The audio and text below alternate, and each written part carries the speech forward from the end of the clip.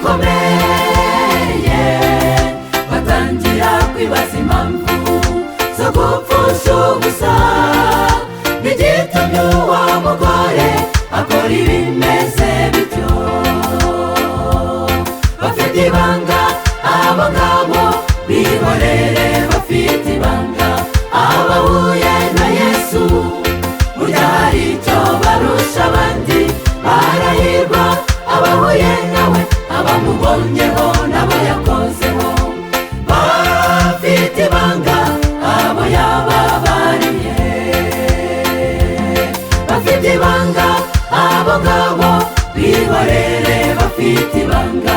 Abahuye na Yesu burya hari icyo barusha abandi, barahirwa abahuye nawe, abamubonyeho nabo yakozeho.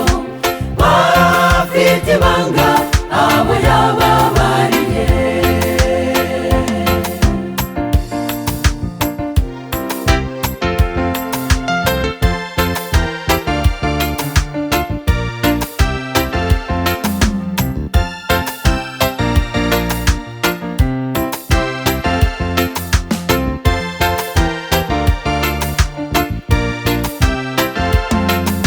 Mariya tuvuga, nibuke ni wa mugore bafataga sambana bakamuzanira Yesu kugira ngo amucire urubanza, aterwa amabuye maze abamuregaga Yesu baranoye, ashaka mudafite icyaha bose bariruka. Mariya wari ruharwa aramubabarira.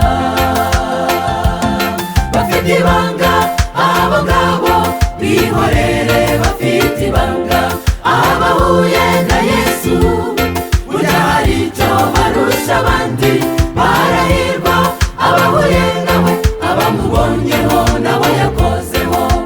Bafite ibanga abo yababariye,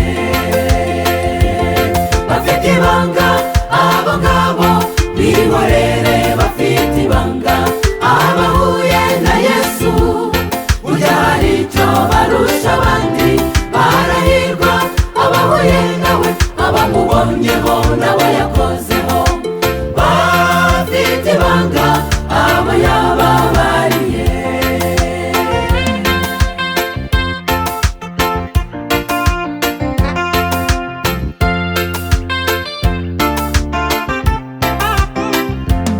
Nyuma yo kubabarirwa yazirikanye imbabazi Yesu yamugiriye, maze agura amavuta ahenze yasigwaga abami, aramushimira. Nawe azirikana urukundo rukomeye twaboneye i Gologota, Yesu aducungura. Muze twibuke iyo neza nyinshi yatugiriye. Bafite ibanga abo ngabo, bihorere bafite ibanga. Abahuye na Yesu burya hari icyo barusha abandi, barahirwa abahuye nawe, abamubonyeho nabo yakozeho. Bafite ibanga abo yababariye, bafite ibanga abo ngabo, bihorere bafite ibanga. Abahuye na Yesu burya hari icyo barusha abandi, barahirwa abahuye nawe, abamubonyeho nabo yakozeho. Bafite ibanga abo yababariye,